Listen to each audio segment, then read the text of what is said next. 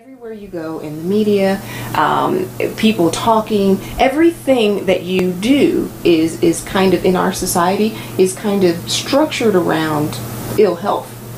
It's really wonderful for the pharmaceutical industry, though, because if we could just keep you, functional enough, but sick enough to need the pharmaceuticals, you'll need it for the rest of your life. Yes. And so this is a huge problem. The mind is incredible.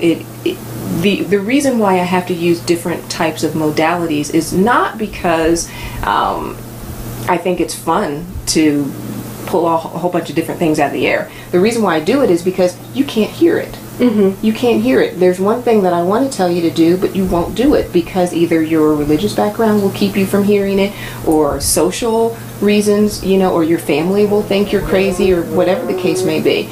So it really is a dance and an art. I've heard a lot about, that whole saying, the healing arts. Right? Healing is an art. And it really is a dance that I do with my clients. I'm like, okay, they can't hear that. Okay, what can they hear? They won't do this. Well, what will they do?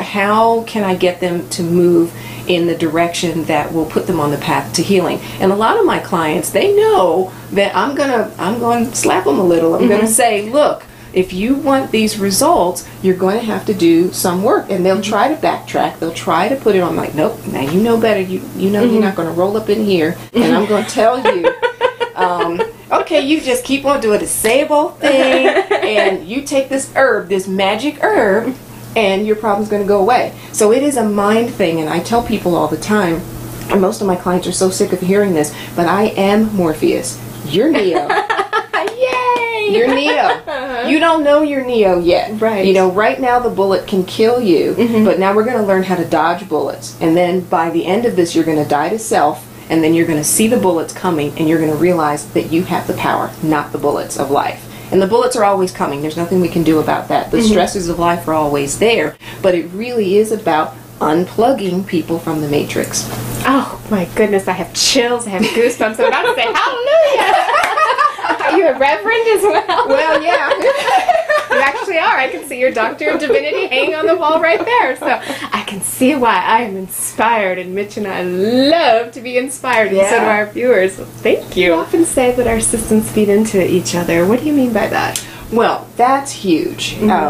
Our body systems feed into each other. A lot of times a person will say to me, well, my neck hurts, and I'm like, okay, well, I'll do massage and I'll start working on their feet, and I can feel, even though they haven't said it, I can feel them thinking to themselves, what part of neck did you not hear? I said my neck hurt. What you doing on my feet? I want all my time on the neck. And I'm like, I can tell what's going on in the neck by doing reflexology points on the feet. There are different meridians all over the body that can tell you what's going on. And sometimes you have to do an energy release on the feet or in different points of the body in order to release that. So our systems feed into each other, and there's a very specific way of doing it. I actually have it written up on the board where lymph and plasma feed into the blood, and that feeds into muscle, which feeds into skin and fat. That feeds into the skeletal system, which feeds into the nerves, and then reproductive. And what's really interesting about that is that when I say the systems feed into each other, I mean if the lymphatic system has a glass of water and the reproductive system is thirsty, it has to get through all those systems in order to get that water to the reproductive system. Now, when women show up with fertility issues, for example, in middle age, it's not that they're infertile. I have a couple of women that came to me because they were infertile. I'm like, oh no, you're not. You're not infertile. What's happening is that the glass of water is like a drip by the time it gets down, because there are all these traffic jams. So if you can imagine our systems feeding each other, and there are traffic jams in the systems that are keeping the body from doing what it needs to do, that's kind of the way to think about it. And so I had one woman that came to me who for 12 years was infertile. She thought, the doctor said, give it up, never going to have a kid, so she adopted a child. She came to me for digestive issues and some other issues as well. And so as we started working, I said, I noticed that you're having issues with your ankle. Do you have fertility issues? And she goes, no. And then we talked for about 10 minutes, and she goes, well, they told me I was infertile. Right. And I said, and then she looked at me like, well, how? what does the ankle have to do with that? You know, the ankle is a reflex point for the genital organs. And so I knew if she was having issues with her ankle, then there was something going on with fertility. Well, she, as we started working on digestive issues and other issues, I said, look, you might get pregnant. So, and she looked at me like I was a witch at that point, like I was insane. I said, I just want you to know when you fix one thing in the body, because the systems feed each other, you fix all things in the body. So, you could get pregnant if for some reason you don't want to. I'm just telling you. Right. So I said this to her for each consultation for several months, and each time she looked at me like, you must be out of your mind. So we did, because it's been 12 years, and she figured she'd just close the chapter on that. Right. So we did nutritional strategies, and I did some craniosacral therapy on her, and some therapeutic massage, and that's all we did. And that was in July that she came to see me, and in January she was pregnant. Oh, fantastic. Happily, I assume. Happily, and in shock. She's kind of still in shock. She's like, oh my God. I said, I've told you. You cannot be upset with me, because I told you if you didn't want to get pregnant, you needed to do something about that. But that is a perfect example of, it doesn't matter. The systems feed each other. So if there is a blockage in the system that's causing one problem, when you fix that, you pretty much are fixing everything. Oh, fantastic. Yeah. Wow, really powerful stuff. So Phyllis, why do you say that conventional thought is responsible for the advancement of disease? You know, you keep asking me questions that have 17-hour answers. So... Well, it's because you're brilliant and you have so much information, and our No, viewers... it's because I like to talk. Yak, yak, yak, yak, yak. It takes me 10,000 words to say what other people could say in a sentence. Well, okay, conventional thought is responsible for the advancement of disease. If you don't remember anything else I say, and if you don't remember anything else I say, would you please remember that conventional thought is responsible for the advancement of disease. And this is what I'm talking about. I'm talking about the fact that there are commercials that tell you that Cheerios is a whole grain. Lucky Charms is a whole grain. You believe that if you cut calories and you cut fat and you cut sugar, you'll lose weight. Losing weight has nothing to do with any of that or any diet. Losing weight has to do with increasing your metabolism and dealing with adrenal fatigue. That's the issue. So all this stuff that you're hearing is incorrect. And so this conventional thought it's the matrix. It really is the matrix. We are so plugged in. I was talking to one of my clients earlier today, and I was telling her that I have one client that when she's straight, when her face is straight like this, she thinks it's to the left. This to her is straight.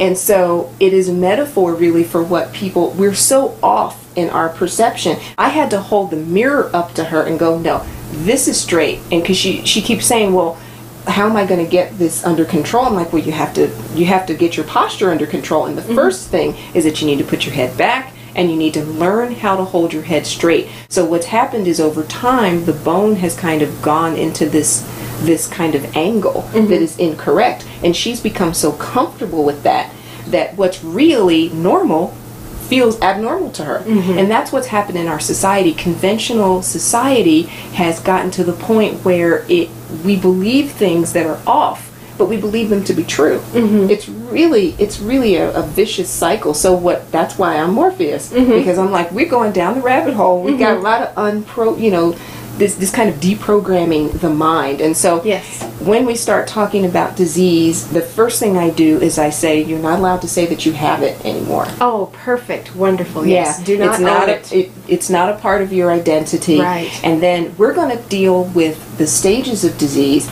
We're not going to deal with the specific disease. We're going to talk about how the systems feed each other, where the traffic jams are, and we're going to focus on the traffic jams. We're not going to focus on the specific disease that you have in your mind. So people will come to me and go, I gotta lose the weight, I gotta lose the weight. I'm like, I don't want to talk about losing weight. I'm going to talk about the thyroid. I'm going to talk about increasing metabolism. I'm going to talk about adrenal fatigue. We're going to talk about nutrition, and we're going to get you started on the path.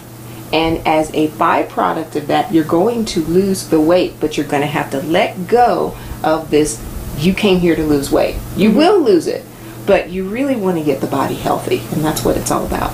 And that's where you come in as a guide to guiding you on your path. Right. Sometimes I'm kicking people on the path. I'm hitting them over the head with the path. sometimes I throw them down the rabbit hole. And I throw them a toolbox. I'm like, you'll be all right. I'll see you when you come out. Yeah. Sorry. And, sometimes that happens because, there are certain dis-eases in the body that are so life-threatening. I don't have time to, candy coat things for people. Right. One person told me that they had sleep apnea, and when they went for the test, their heart stopped and they stopped breathing 88 times in an hour. In an hour? Yes. In an hour. 88 times in an hour. So if you tell me that, you're getting drop kicked down the rabbit hole. Mm-hmm. I don't have time to go, okay, well, let's just smooth this. I'm like, no, down you go. Here's a toolbox. We'll figure it out as we go along. And sometimes we have to do that. I have to shake people up and say, you know what? This is so important that we need to go full speed ahead. Mm-hmm. You may not feel like you're ready, but that you're sitting here with me means you're ready. Right. Oh, fantastic. That they were attracted to you as a particular practitioner. Right. That they walked in, there was some part of them that said, I am ready for the rabbit hole drop. Right. Now, right. even though consciously they might be going, yes, subconsciously they're going, let's do this thing. Let's do this thing. Something inside the cells are going, oh, please, I'm holding on as long as I can, but if we don't do something right now, something bad's going to happen. So, fantastic. It's really important.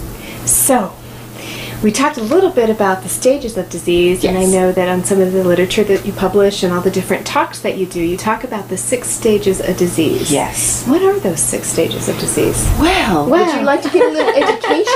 Let's talk about the 6. I have a little visual. Oh, yay, visual aids. See, my thing is, I want you to see stuff. Mm-hmm. I really, really want you to I can see that from this beautiful, beautiful Well, people office. will say to me, for example, I'll say, coriander's really good for you. And they look at me like they've never heard that before. And then I say, well, coriander looks like this. Oh, I just want to dip my hands and you in just there, go for it. And so whenever I talk to people about herbs, I put, and it just came from frustration, really. I'm like, who hasn't heard of cardamom? And I'm like, nobody's heard of cardamom. I study Ayurveda. Of course nobody knows what cardamom is. So I pull it out and I say, look, this is coriander. And, people talk about beans and they've never seen an orange lentil before. I've never seen an orange lentil until now. Lentils are fabulous, and it cooks in like 10 minutes, so you can't give me the excuse that you don't have time for orange lentils. So it's really important to use visual aids because a lot of people think they can't do this. I'm like, oh yes you can, and I'm going to show you. So there are 6 stages of disease. The 6 stages are accumulation, aggravation, flooding, and then there's displacement, manifestation, and then the final stage is flowering. So we'll talk about them briefly one by one. Okay. So accumulation is the first stage of disease, and the reason why I have this picture here is because accumulation is that point. If you want to visualize a river, I always like to talk about a river. If you visualize a river and the river is starting to accumulate water, if you're walking by the river, you notice it, all you're going to say is, the river's accumulating a little bit of water. You're not really thinking about it. But the way I want you to shift your thinking is to see that accumulation as a stage of disease. That's your body saying, guess what? We're entering stage 1. I want you to do something about it now. And a perfect example of that would be like gas or constipation. Some people get heat around the belly button, lethargy, these are people that crave sugar. But what they need is stable protein. And so when this happens, I've had people say to me, oh, there's nothing wrong with me. I have had constipation for 30 years and I'm doing just fine. And so what I say to them is, when is trash day? And they'll say, Wednesday. And I say, well, do you keep the trash in your house, for that whole week and then take it? Oh, no, I take it out right away. I said, so you won't keep trash in your house for a week, but you will keep toxins in your colon for 30 years with heat and bacteria, and you don't think that that's a problem? Conventional thought is responsible for the advancement of disease. Very good point. Point taken. Point taken. I'm like, hello, constipation is a huge problem. Then when they develop colitis or diverticulitis, they wonder why. Well, 30 years of constipation will get you there. Okay? So the stage 1, the danger with stage 1 is that you don't really think it's a problem. You don't see it as a stage of disease, but things are accumulating in your body and letting you know. The beauty of stage 1 is that your body will crave what you need. Oh, good. You'll start to be like, oh my God, this is hard.